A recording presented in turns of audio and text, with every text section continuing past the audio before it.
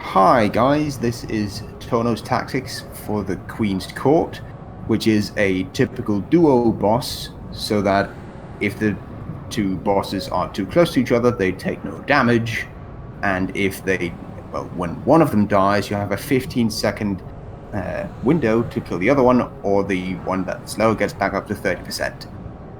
So the actual division between the two should be the melee should be on Silivas the Celis, while the ranged should be on Pashmar the Fanatical.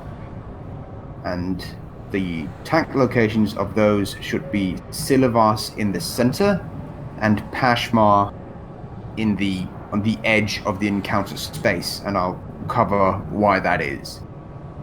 So first off, the tank abilities of the two. So Silivas attacks faster and faster the more often he hits the same target. So over time the tank will take more and more damage. That shouldn't be when you change targets, these stacks. You would instead change targets based on Pashmar's ability, which is Pashmar's Touch, which if it reaches 10 stacks, that tank is mind controlled for the rest of the encounter. So that's bad. So you would probably want 5 to 8 stacks on a tank, then swap, and then when those stacks have dropped, you switch back. And again, you will probably get some of they get too close to each other, so you can't do damage to them, like every other duo boss we've fought. So the actual abilities of the two. So Silivas, the melee guy who should be in the center of the room, he will mark a non-tank with a charge ability, and after a few seconds he will charge to that player, leave a void zone on their location, and then just go back on the tank. Now the charge damage is split, and you need to split it, otherwise the target will just fall over dead. But everyone also needs to move out of the void zone immediately afterwards. He also has something called Celis Eruption, which he uses when he's at 100 energy. And it's a channel that does a ton of damage to the entire group, unless you stand on him. He also makes a bubble around himself that shows you where you need to stand. So the entire raid should run into Silivas, except for the tank that's on Pashmar. The healers just have to out-heal the damage on the Pashmar tank.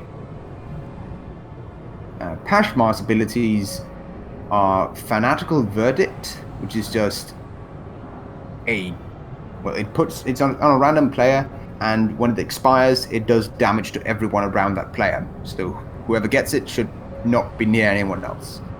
Then you've got Potent Spark, which is basically 3 potent spark adds that can be attacked. They slowly lose health, and when they die, they explode, dealing raid-wide damage. So this is another one of those Nighthold botanist type things where you nuke one down, do a little bit of damage to the other one, and don't touch the third one, just to stagger the damage so that everyone lives through that ability. Then the final ability of Pashmar, which she uses at 100 energy, is Violent Outburst. It's sort of the opposite of Silivas' ability, where you have to stand on Silivas to not take damage. You take less damage the further away you are. And that's why you want her at the edge of the space, so you have a lot of room to move away from, and you will want Silivas at the center, so everyone can get there. Now, the actual important parts of this fight is the Queen's Decrees, which are 5 different things that Azshara does every minute in the fight, and each ability lasts for half a minute. So you need to be aware of them, and they constantly cycle. So you will always start with a thing called Form Ranks, which is basically she creates 3 spots that will explode, dealing raid-wide damage unless someone stands in them. But again, this lasts for 30 seconds, so if you get everyone needs to stand on the one boss, you have to pull that boss over to these pillars so that people can soak them.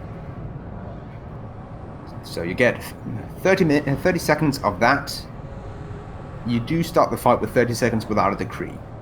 So 1 minute after the Form Ranks, you will get Repeat Performance, which is going to be very annoying. If you use the same ability twice in a row, you will be silenced and pacified, which means you can't use any of your abilities. So 30 seconds of where using the same ability twice will lock you out of doing much of anything that isn't healing. You can use abilities that aren't on the global cooldown, like silences, in between your other abilities, just so that you don't get caught with this. The third one is stand alone, which, like the name suggests, means you have to stand apart from everyone else. Still, you will still get the frenetic charge, where folks need to stand together to share the damage.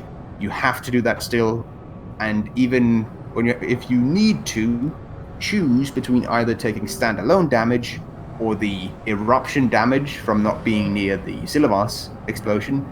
You should stand near Silivas and just take the standalone damage.